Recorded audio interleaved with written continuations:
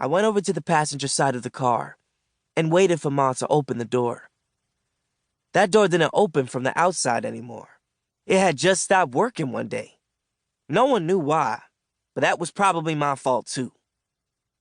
The only job you have is to go to school, and you can't even do that.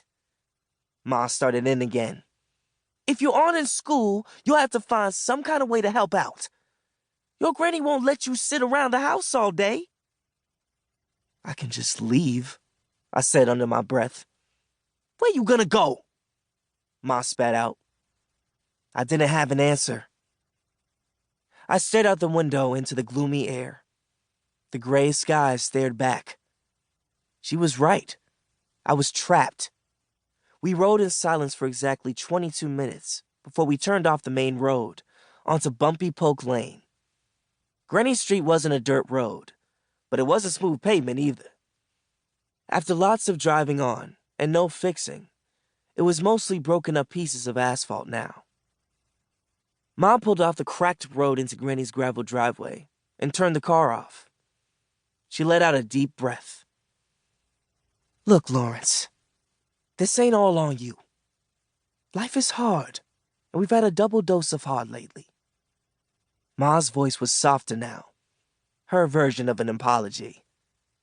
I knew I'd never get the real thing. Ma wasn't the apologizing type.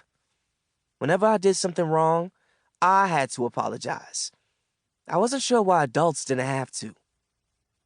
For a moment, I'd forgotten about my stinging left eye. It would double in size if I didn't get ice on it soon. I sat in the thick air of Ma's car, waiting for her to ask about it, or at least see if I was okay. 2 long minutes passed. Silence.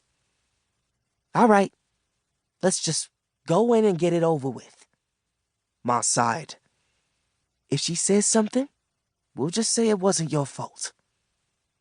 It wasn't my fault, I wanted to yell out, but I knew it wouldn't matter.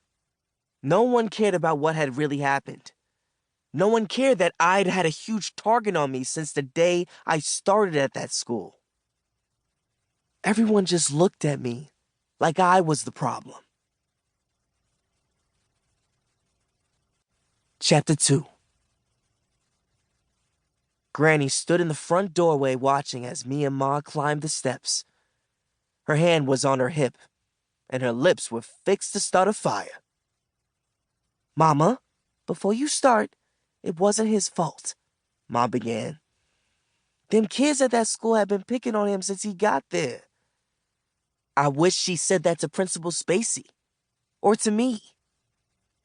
Tracy, you make so many excuses for that boy, Granny said, ignoring me. Ma brushed past Granny and went inside. Following Ma's lead, I slid by Granny and headed straight to the back bedroom. I slumped on the bed and tried to take advantage of the quiet before the house filled with running feet and screaming kids. My little sister, Nico, and our twin cousins would be here soon. I peeled off my ripped hoodie and tossed it on the floor. Johnson C. Smith University was printed on the front in faded gold letters. That hoodie was what had started the fight that got me expelled.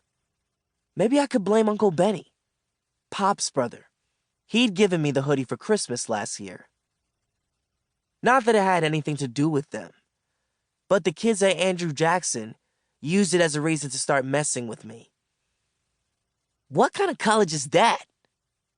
I think that came from Colson Sims, or maybe Brett Masters. Their yappy voices spun around in my head. Where'd you get that shirt? He probably stole it.